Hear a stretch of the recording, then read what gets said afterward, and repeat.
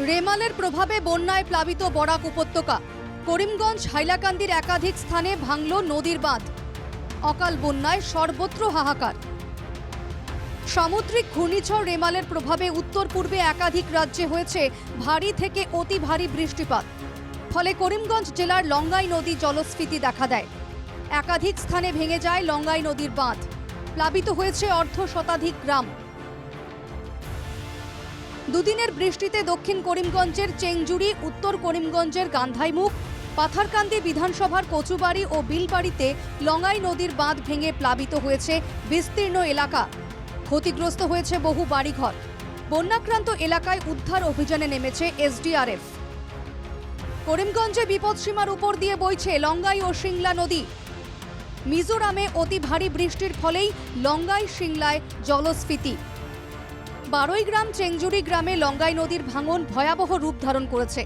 ইতিমধ্যে বাঁধের প্রায় 60 মিটার ভেঙে প্লাবিত হয়েছে প্রায় 10টি গ্রাম। বাঁধ ভাঙার জন্য বন্যা নিয়ন্ত্রণ বিভাগের বিরুদ্ধে ক্ষোভ প্রকাশ করেছেন স্থানীয় জনগণ। অভিযোগ, সময় মতো নদী বাঁধের সংস্কার হলে মানুষের এত ক্ষয়ক্ষতি হতো না। জল সম্পদ বিভাগ যদি সঙ্গে সঙ্গে ব্যবস্থা নিয়ে নিত তাহলে এত বড় ভাঙন ধরতো না। তারপরে এটাকে কন্ট্রোল করা যায়নি, যদিও গ্রামবাসী মানুষেরা চেষ্টা করেছিল, কিন্তু তাদের চেষ্টার অন্ত শেষ হয় নাই।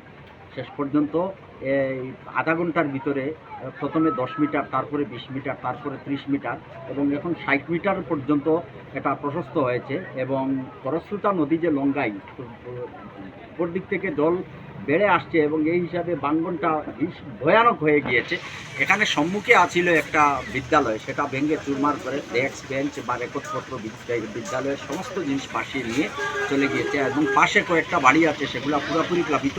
সম্মুখে কয়েকটা বাড়ি প্লাবিত এবং সম্মুখের প্রথম গ্রামটা হচ্ছে কাকড়িপাড় জোরে পুরো প্লাবিত হয়ে।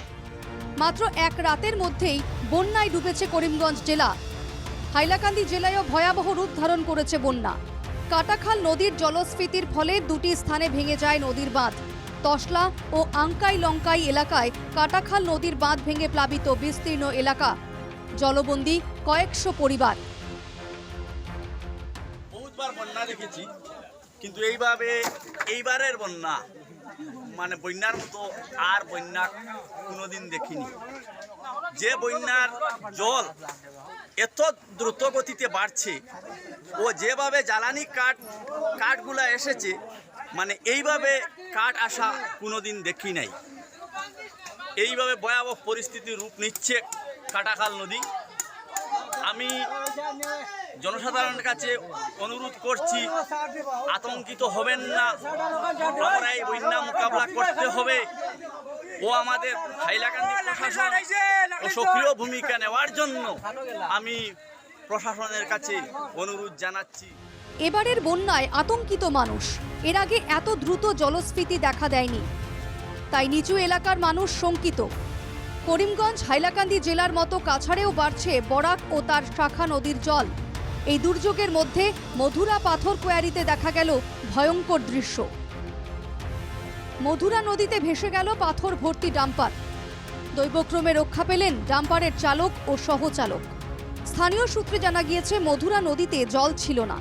একাংশ শ্রমিক পাথর খনন করে ডাম্পার লোড করছিলেন, কিন্তু আচমকা হরপা বান আসে। তখন ভেসে যায় ডাম্পার গাড়িটি। শিলচর অন্নপূর্ণা ঘাটে বরাক নদীর বিপদ সীমা হচ্ছে 19.83 মিটার। বুধবার দুপুর 12টায় অন্নপূর্ণা ঘাটে বরাকে জলস্তর ছিল 19.22 মিটার।